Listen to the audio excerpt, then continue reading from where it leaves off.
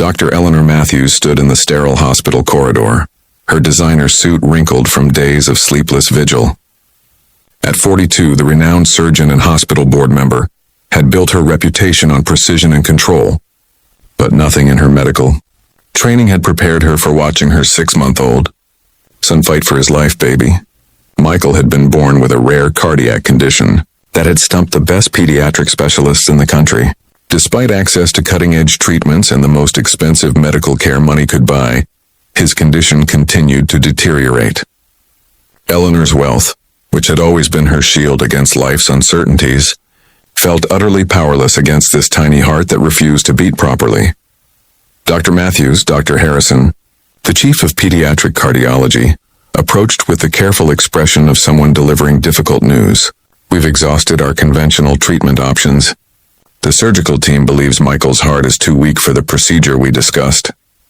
Eleanor felt the world tilt beneath her feet. There has to be something else. Another specialist, an experimental treatment, anything. We've consulted with experts from Johns Hopkins, Mayo Clinic, and Children's Hospital of Philadelphia, Dr. Harrison replied gently. They all agree that Michael's case is beyond current medical intervention. In the NICU down the hall, 18-year-old Maria Gonzalez finished mopping the floors with the same meticulous care she brought to all her work.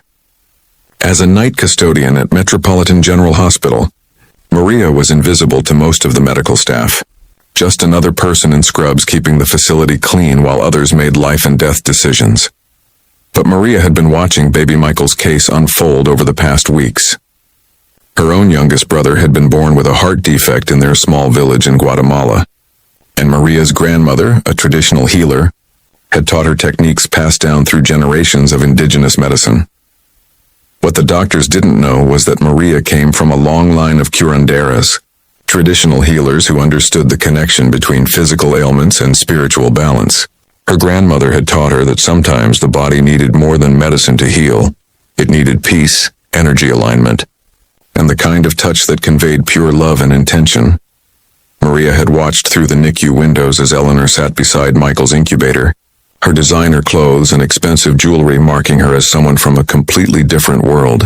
Yet in Eleanor's eyes, Maria recognized the same desperate love she had seen in her own mother's face when her brother was sick. On this particular night, as Maria cleaned the NICU, she noticed Michael's monitors showing increasingly erratic readings. The baby's skin had taken on a grayish pallor that Maria's grandmother had taught her to recognize as a soul, preparing to depart from a body. Eleanor sat beside the incubator, tears streaming down her face as she watched her son's vital signs weaken. "Please, Michael," she whispered. "Please stay with me." Maria hesitated at the NICU entrance. Her job was to clean and disappear, not to interfere with medical care. But something deeper than professional boundaries compelled her to act. "Excuse me, Senora," Maria said quietly, approaching Eleanor's chair. "I am sorry to disturb you." Eleanor looked up, surprised to be addressed by someone she had never noticed before. "Yes?" "I have been watching your baby," Maria said, her English careful but clear. "In my family, we have ways of helping when the medicine is not enough." Eleanor's first instinct was dismissal. What could this janitor possibly know about her son's complex medical condition? But something in Maria's eyes, a depth of compassion and certainty, made her pause. "What are you talking about?" Eleanor asked. "My grandmother, she was a healer in Guatemala. She taught me that sometimes babies get lost between this world and the next. They need someone to call their spirit back, to show them the way to stay." Eleanor stared at Maria, her scientific mind rejecting such notions, while her desperate heart grasped for any possibility. That's not how medicine works." "No, Senora, but sometimes medicine is not enough," Maria replied gently. "May I touch your baby? Just for a moment?" Every rational part of Eleanor wanted to refuse. But as she looked at Michael's weakening condition, and remembered Dr. Harrison's words about having exhausted all options, she found herself nodding. Maria approached the incubator with reverence, her calloused hands moving to the access ports where parents could touch their babies. She began to hum softly, a melody her grandmother had taught her while placing her hands gently on Michael's tiny chest. What happened next defied medical explanation. Maria's humming filled the NICU with a sound that seemed to vibrate through the very air. Her hands moved in patterns that appeared almost like a dance, sometimes touching Michael directly, sometimes hovering just above his skin. "What is she doing?" Dr. Harrison asked, having entered the NICU to check on Michael. Eleanor found herself unable to speak as she watched Maria work. The young woman's face had taken on an expression of intense concentration, as if she were listening to something only she could hear. "She's calling him back," Eleanor whispered, surprising herself with the words. For 20 minutes, Maria continued her work, alternating between gentle touch, rhythmic humming, and what appeared to be whispered prayers in Spanish. Other medical staff had gathered, some skeptical, others simply curious about this unprecedented scene. Then, as suddenly as it had begun, Maria's humming stopped. She placed both hands flat on Michael's chest and spoke in Spanish words that none of them understood, but somehow felt the meaning of. Michael's monitor, which had been showing increasingly weak vital signs, suddenly registered a stronger, more regular heartbeat. His skin color began to improve, the grayish pallor giving way to a healthier pink tone. Dr. Harrison rushed to check the equipment, certain there must be a malfunction. But every test confirmed what the monitors were showing. Michael's heart was beating stronger and more regularly than it had in weeks. "This is impossible," Dr. Harrison murmured, reviewing the readings. "His cardiac output has improved dramatically." Maria stepped back from the incubator, exhaustion evident in her face but satisfaction in her eyes. "He will be okay now," she said to Eleanor. "His spirit knows where home is." Eleanor stared at Maria, then at her son, who was indeed showing signs of improvement that contradicted every medical prediction. "How did you do that?" "My grandmother, she always say that love is the strongest medicine," Maria replied. "Your baby, he knows you love him. Sometimes they just need someone to remind them why staying is worth the pain." Over the following days, Michael's improvement continued to astound his medical team. Tests showed that his heart defect was not only stable, but actually beginning to heal in ways that cardiac specialists had never observed before. Eleanor found herself seeking out Maria during her night shifts, drawn to understand more about the young woman who had somehow saved her son when the best medical minds could not.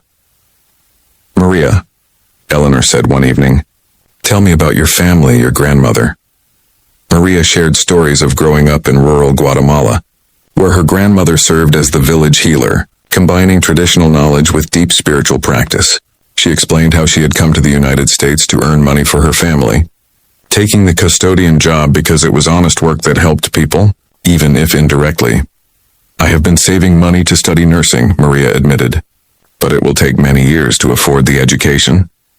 Eleanor listened to Maria's story, realizing that this young woman possessed gifts that no medical school could teach, and wisdom that came from generations of healing tradition. "Maria," Eleanor said finally, "I want to offer you something, not as payment for what you did, that could never be repaid, but as an investment in the healer you already are." Eleanor arranged for Maria to attend nursing school immediately, with full financial support, and a guaranteed position in the hospital's pediatric unit upon graduation. More importantly, she worked with the hospital administration to establish a complementary healing program that honored traditional practices alongside conventional medicine. 3 years later, Maria graduated as a registered nurse, bringing both clinical knowledge and traditional healing wisdom to her work with sick children. Michael, now a healthy toddler, often accompanied his mother to the hospital, where he would toddle over to nurse Maria with the unconscious recognition of someone who owed his life to her gift. Dr. Eleanor Matthews, whose worldview had been forever changed by witnessing healing that transcended scientific understanding, became a pioneer in integrative pediatric medicine. She learned that sometimes the most profound cures come not from the most expensive treatments, but from the simplest human connections guided by ancient wisdom and unconditional love.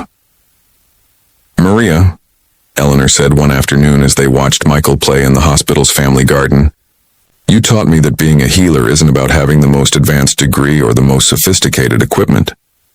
Maria smiled, watching the little boy whose life had brought them together. "My grandmother always said that the best healers are those who remember that we are all connected. When we heal one person, we heal a little piece of the whole world. As Michael laughed and ran through the garden, strong and healthy, both women understood that some miracles cannot be bought, studied, or replicated in laboratories. They can only be given freely, from one heart to another, by those who remember that love itself is the most powerful medicine of all.